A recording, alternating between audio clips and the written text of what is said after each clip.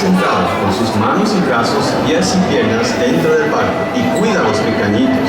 A manera de recordatorio, no tomar fotos con flash y luz de video antes de llegar a Minantero.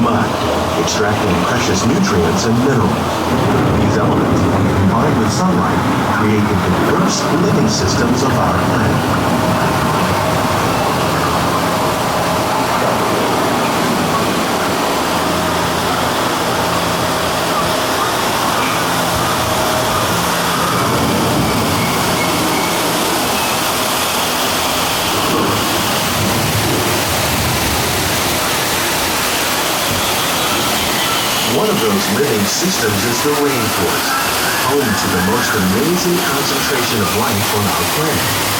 These dense and beautiful forests cover only a tiny portion of the Earth's surface, but they contain more than half of its plant and animal species.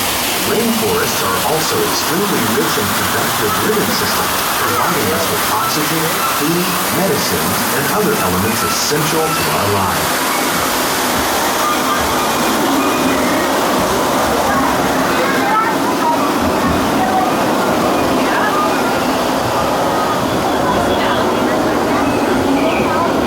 In the desert, nature has created a very different, but no less beautiful living system. And while this arid landscape may seem lifeless, it is very much alive. The plants and animals that have learned to survive in these harsh conditions make use of what little water they can find and avoid the scorching rays of the relentless sun. The American prairie once appeared as desolate as the desert, but over time, rainwater and nutrients gradually penetrated the hard surface of this land. Even the hooves of the mighty buffalo helped create the rich soil that would one day become home to the American farm.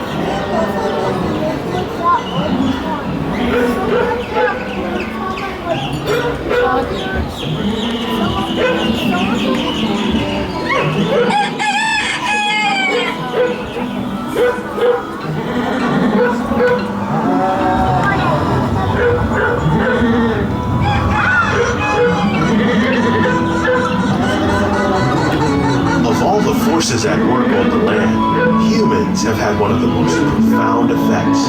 The need to produce food for a growing world led to the enormous use and sometimes overuse of the land. In our search for more efficient ways to grow food, we often fail to realize the impact of our methods.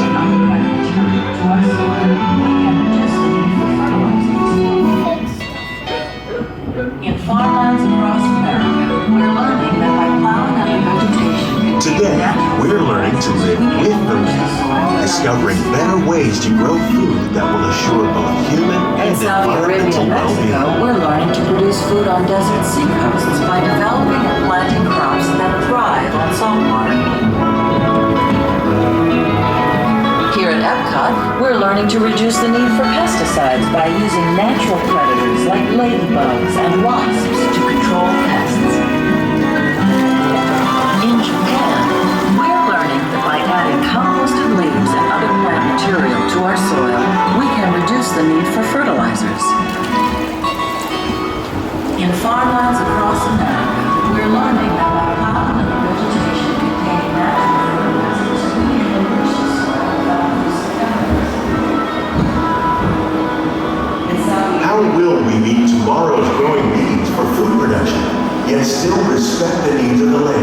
Some of the answers are being discovered just ahead. To help us maintain these carefully controlled ecosystems, and for your safety, please remain seated in your boat at all times.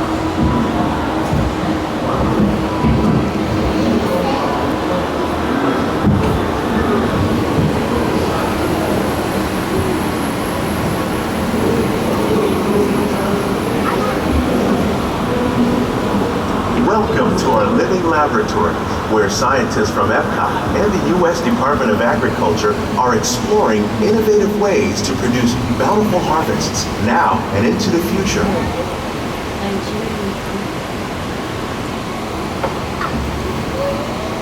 The tropics are home to the greatest diversity of plants on the planet. Many of these, like papaya, bananas, cacao, coffee, and rice, are well known around the world. These are just a few of the edible plants that have been an important source of nutrition for people living in the tropics.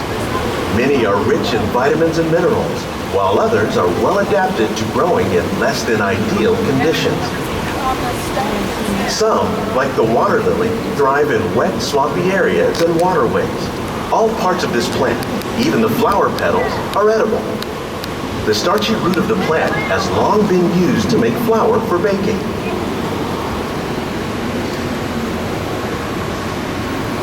One day, many of these lesser-known tropical plants may be as important as the bananas growing on both sides of the boat. More than 28 million tons of bananas are eaten annually, making it the most popular fruit in the world.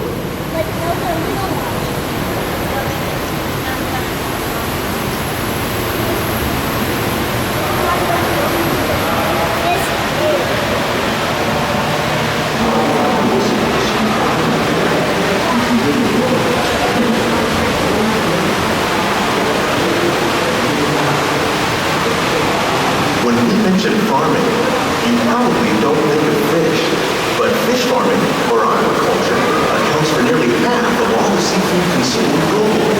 Tilapia, bass, and catfish, like the ones you see here, are three of the more popular crops raised by fish farmers. The sustainable system we're using here recycles the water in the tanks. As a result, we're able to save millions of gallons each year. Our small fish farm produces nearly 5,000 pounds of fish each year to serve in restaurants around Walt Disney World. Innovations like this one can play an important role in our efforts to produce bountiful harvests and still protect natural resources.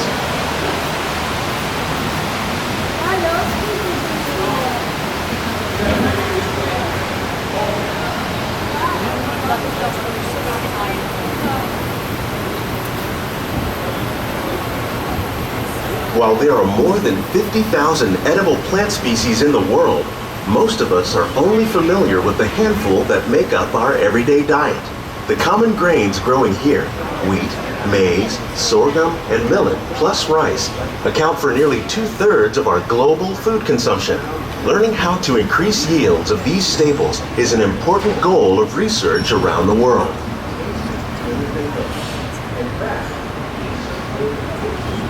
These plants are definitely on their way up.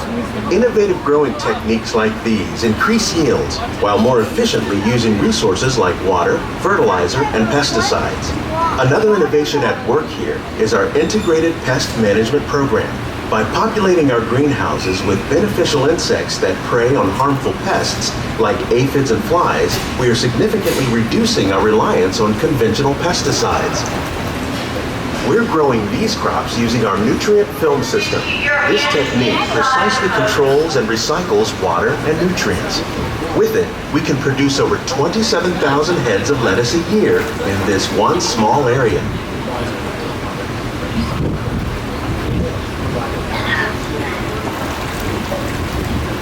Some of our best ideas have been inspired by nature, like these fruit and vegetable trees. By growing these ground plants vertically, we can increase yields and better control diseases. These crops taste as good as they look. In fact, we serve more than 15 tons of produce from our greenhouses in restaurants here at the land every year.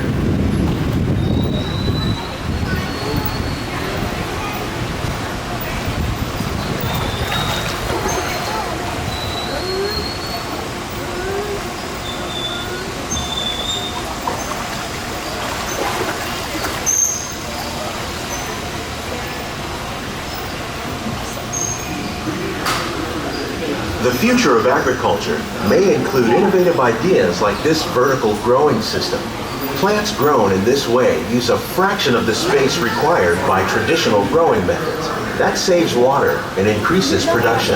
The aquaponics system on your left combines hydroponics with aquaculture.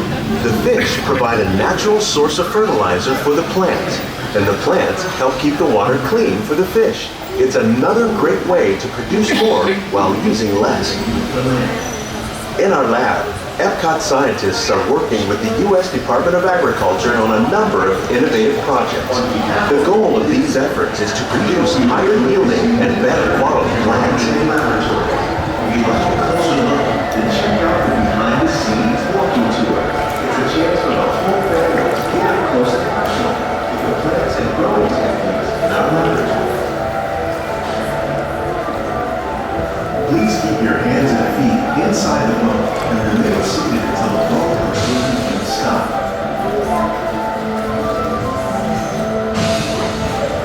These greenhouses represent just a fraction of the work being done worldwide to produce bountiful harvests for our growing population.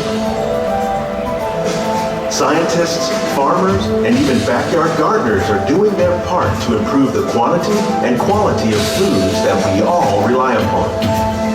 Together, we can continue to find more ways to increase food production and protect our precious natural environment. Only then will we truly be living with the land.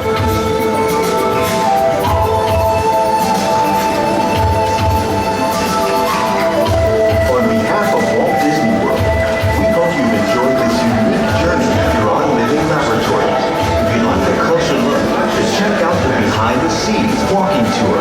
It's a chance for the whole family to get up close and personal with the plants and growing techniques in our laboratory. Please keep your hands and feet inside the boat and remain seated until the boat comes to a complete stop.